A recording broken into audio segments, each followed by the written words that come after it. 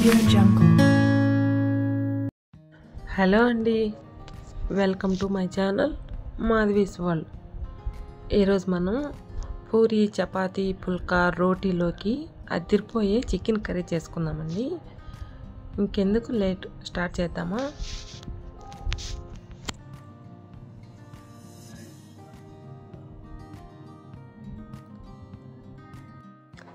ముందుగా మనం చికెన్ని బాగా శుభ్రం చేసి పెట్టుకోవాలి.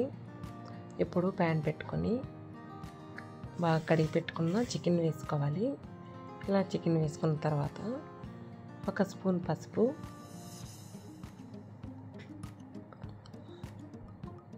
కొద్దిగా కల్లుప్పు వేసుకొని బాగా కలుపుకొని మూత పెట్టుకోవాలి.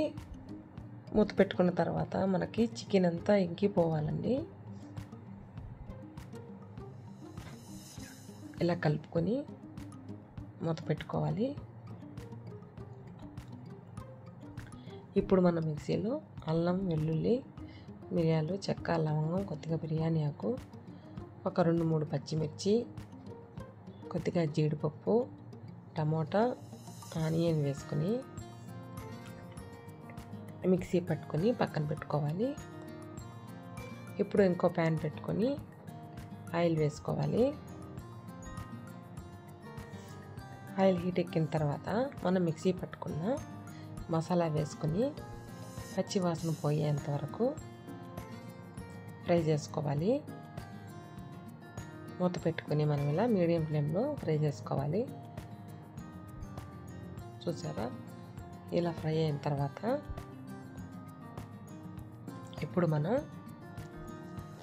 2 స్పూన్లు కారం, 1 స్పూన్ ధనియాల పొడి వేసి బాగా కలుపుకొని మసాలా అంతా బాగా కలుపుకొని మూత పెట్టుకొని సిమ్లో పెట్టుకోవాలి. ఇప్పుడు నేను ముందుగా మిక్సీలో కొద్దిగా కొబ్బరి వేద్దాం అనుకున్నానండి, మర్చిపోయాను, అందుకని ఇప్పుడు యాడ్ చేసుకున్నాను.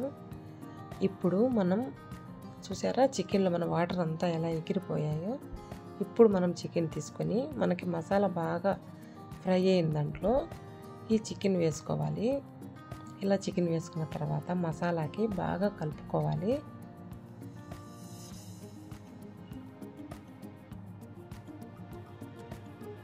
ఇలా కలుపుకున్న తర్వాత మనకి గ్రేవీకి సరిపడినంత చికెన్ ఉడకడానికి నీళ్ళు పోసుకోవాలి.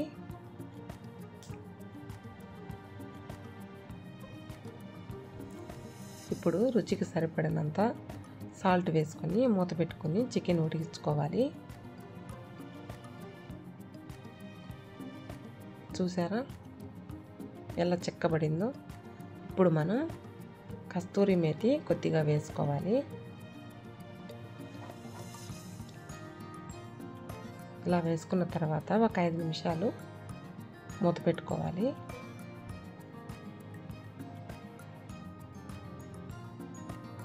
చూసారా,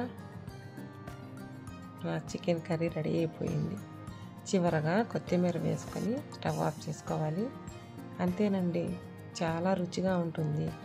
పూరీలోకైతే చాలా బాగుంటుందండి ఈ కర్రీ.